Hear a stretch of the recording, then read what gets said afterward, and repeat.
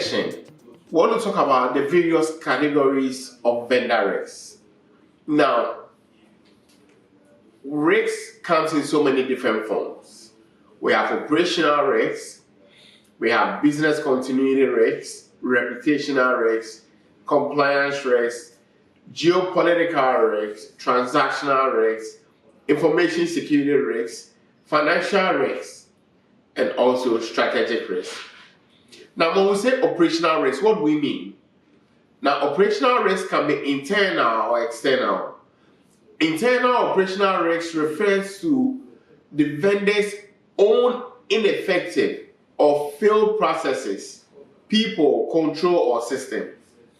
External operational risk is related to outside events like natural disasters, severe weather events, or cyber attacks. Business continuity risks. Now, business continuity risk is that the vendor is unable to resume normal operations after business is being interrupted, such as data breach or natural disasters. And this happens to every organization. Reputational risk. A vendor's actions or poor customer service, lawsuits, outages, or data breaches are all things that can affect your organization and therefore lead to the reputation of the organization coming down. And so every organization is want to make sure that their reputation is high. I want to work with a vendor or an organization that has a very low reputation.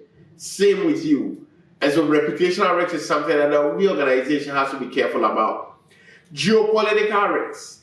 Now, your vendor is in a country or a location vulnerable to political unrest, corruption, violation of human rights, tax privacy, and information security laws or other situations. And this can affect it, like the Ukrainian and the Russian war that is going on. It's a geopolitical risk. And risks like that, it doesn't make it affects the smooth running of an organization. Compliance risks. Compliance risk arises from a vendor's failure to be able to comply with various laws and regulations that are in the country that they are operating in, or within the services that they are operating in. That organization is being provided with what we call regulations that they need to be able to abide by, and that's what we call frameworks.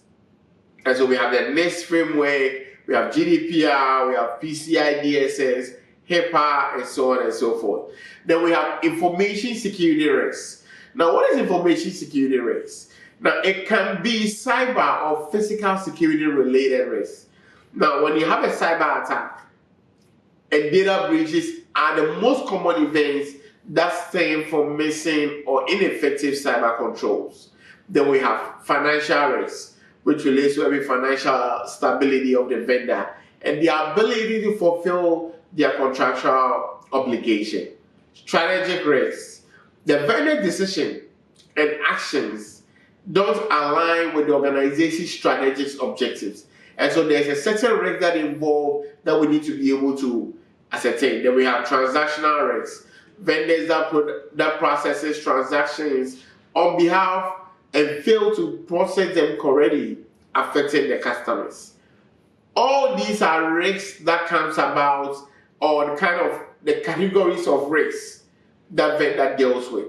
And so when you are doing or when you are developing your inherent risk questionnaire, these are certain risks that you need to be able to pay attention to. Your inherent risk questionnaire needs to cover each of these risks that I have talked about over here. And you need to make sure that your questionnaire has a question that is in line with all these risks that is involved. I hope this makes more sense to you, that now you understand what the various categories of risks are. And when we talk about operational risk, compliance, and all these risks, you understand what it is. I hope you enjoyed this session. See you in the next class.